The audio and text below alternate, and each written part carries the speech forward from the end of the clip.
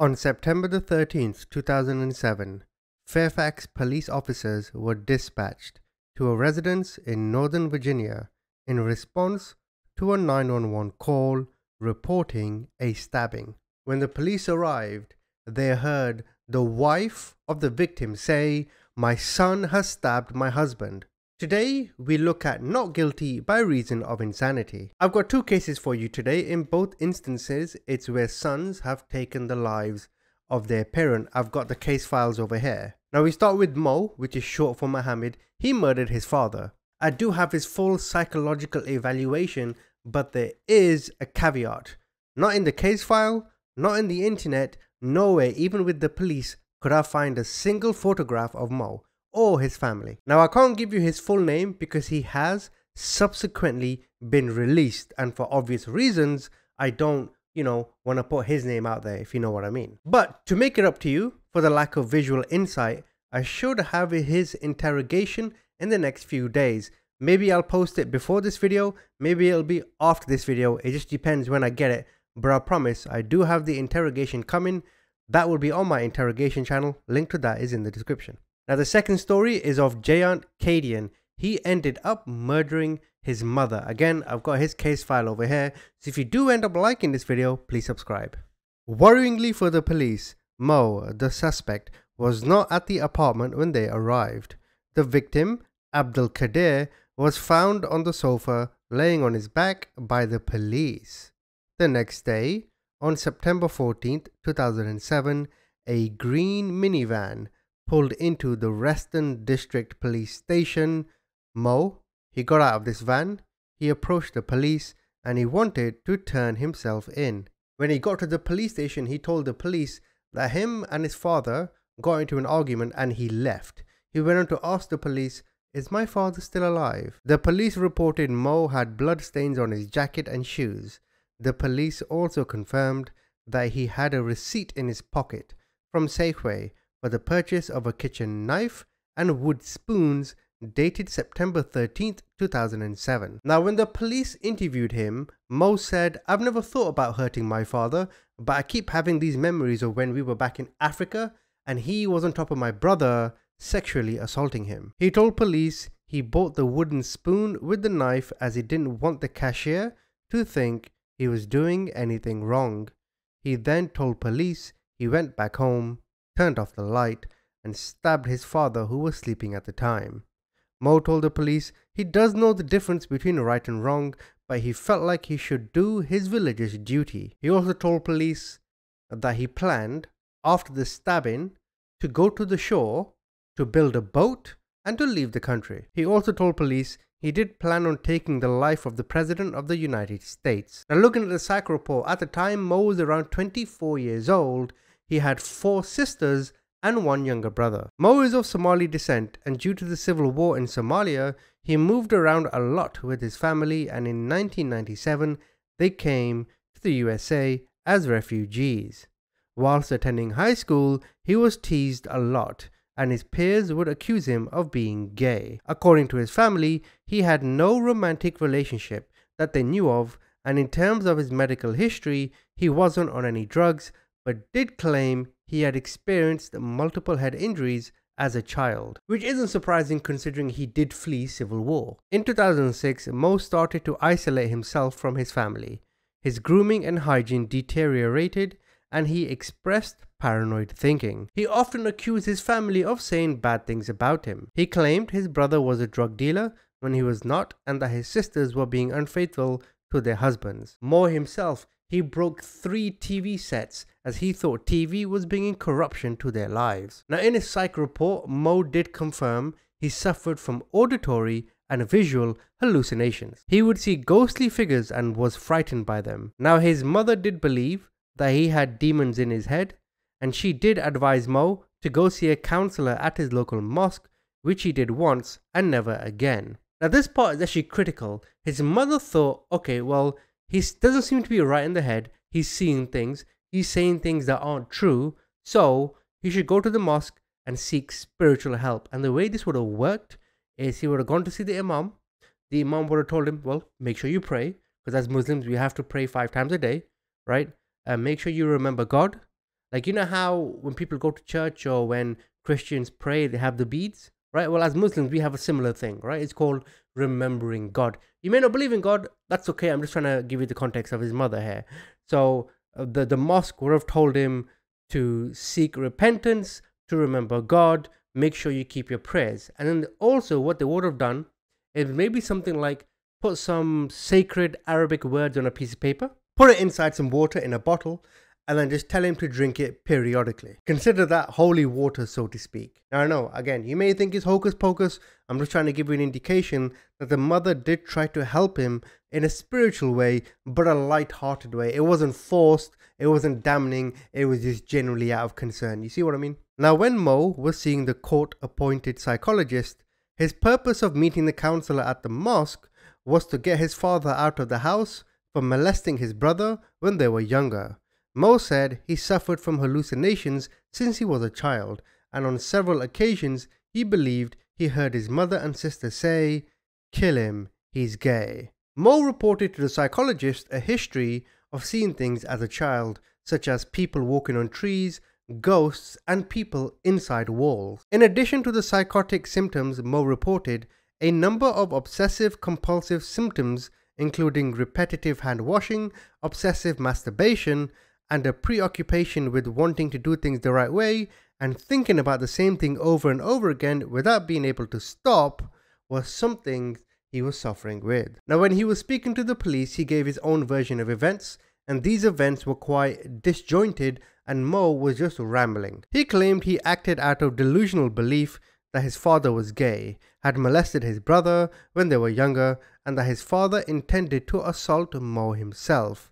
Mo then said he received signs from God that he should kill his father because he was gay. Mo believed that at the time he was seeing God, he was having visions of God, and if he didn't believe or listen to anything God said, then he thought God would think of Mo as just another one of them, and that he would end up being gay himself. He thought to himself he had to fulfill these signs he was seeing. He said a feeling came over him, his legs started shaking, and he just kept hearing, "Kill him, he's gay." Now, based upon his clinical evaluation, he was diagnosed with schizoaffective disorder. This describes a combination of symptoms that includes both psychotic and mood symptoms. Mo was consistently experiencing paranoia, disorganized thoughts, delusional thought content, agitation, and racing thoughts in the previous 2 days leading up to the murder. Now, eventually in 2009, Mo was found not guilty by reason of insanity, and as I said, I should get the interrogation soon, so once I get it, you can watch it and you can judge for yourselves how you think Mo should have been best assessed. Now, here is part of his psych report. You can see from points 1 to 4 on what kind of treatment he should receive. It mentions medications, group counseling, individual counseling, and family counseling. Finally, the psychologist confirms Mo is mentally ill and requires inpatient hospitalization. As I mentioned earlier, after spending nearly 10 years in this institution, Mo was released in 2019, having gone through a successful behavioral therapy program. But here's the point. Mo was suffering, committed a crime, was caught of the crime, went through the system, and is now rehabilitated according to the experts. How do you feel about it? Given what you know of the story, how he had visions as a kid, paranoid about his father, ends up murdering his father, goes through a medical institution, they find him now competent, and now he's out in the open. How does that make you feel? We now move on to Jayant Kadian. On Thursday, March the 24th, 2005, members of the Fairfax Police Department went to the Kadian residence in a response to a 911 call. Upon arrival, the officers found the deceased, Kiran Kadian, in the kitchen with multiple stab wounds. When the police couldn't find her son Jayant, they contacted police officers in Harrisonburg, Virginia, where Jayant had been attending school. They did this to advise them of his status as a missing person. The next morning, Friday, March the 25th, 2005, at 9:30 a.m., Jayant was found asleep in his car by officers with the James Madison University Campus Police Department. They knocked on his window. Eventually he wakes up, opens the door, they haul him out, they arrest him, they take him to the police station. Then Fairfax police arrive to question Jayant. When they arrive, he was sitting in a chair and he was wearing a grey fleece over a brown sweater and had red stains. He was wearing blue jeans which also had red stains on them. The police said to him his sister and father were concerned about his welfare, and the police asked, "Do you know why?" And Jayant said, "Yes, because I stabbed my mom in the neck." So the police asked him, "Okay, what is the problem between you and your mother?" And he said, "It started a long time ago when I was back in high school." He said his mother was giving him a hard time and he eventually withdrew from James Madison University because of his depression. He also attended Blue River College but had failed out of school. The police then asked Jayant if the problem that occurred between him and his mother during the incident was anything to do with his mother wanting him to see a psychiatrist. Jayant felt that he had already seen a psychiatrist, he didn't need to see another one, so he just found this annoying from his mother. He also went on to say that the problems between him and his mother escalated when recently before the incident he was arrested for having marijuana possession. Regarding the incident itself, Jayant said he was up around 9:30 AM. He sat in his room for a while and then went downstairs. At that time, his mother told him she wanted to take him to see a psychiatrist. Jayant then became upset at his mother's request. He claimed his mother was always on his back. He went on to tell the police he saw the butcher knife inside the knife block. And then I fucking axed her, and it was weird. At the time during this conversation, his mother was preparing food for him, and while she had her back to him, he picked up the knife and stabbed her on the right side of her neck. His mother falls on the floor. Jayant gets to his knees and he starts stabbing his mother more and more in the neck. He said he wanted to kill his mother real quick, and once he started, he just kept going. After he stabbed his mother, he became real nervous. He washed the knife in the bathroom next to the kitchen and placed the knife on the dining room table. He eventually left the residence in his car and realized he had a cut on his right hand from the incident and put a band-aid on. This band-aid was recovered by the police at James Madison University. He left the house. He didn't take anything with him except $4 so he can buy food from Taco Bell.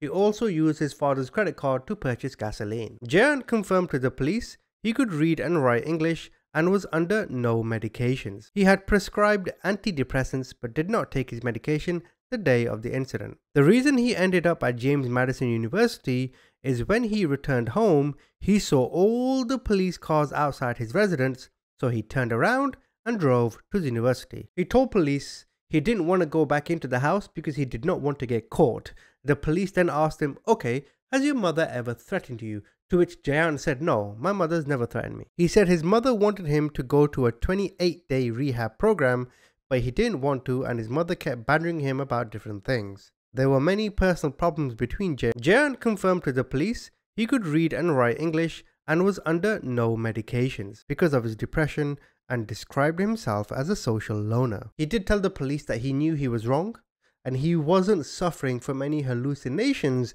at the time of the murder. Jayant was then charged with murder, to which at trial he took a plea agreement in 2006. Now I wanted to show you this document.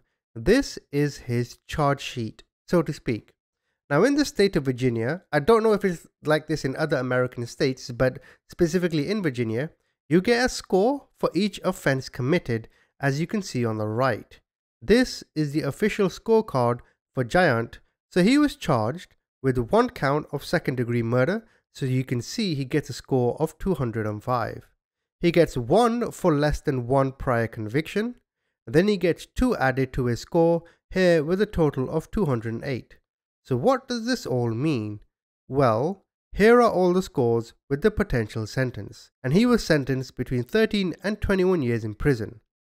Now if we assume he served his full 21 years, he should be released by around 2027, if of course he hasn't been released already. So in both stories, we see mental illness play a huge role. In the first story of Mo, it's pretty clear to me that he was suffering from, when you're hearing things and when you're seeing things, like sometimes, my brother has suffered from stuff like this, and I realized that he kept putting headphones in and he kept listening to music, to ensure, like, as a distraction from whatever noise he was hearing. Do you know what I mean? Perhaps in the case of Mo, civil war may have played a part in his psychological state.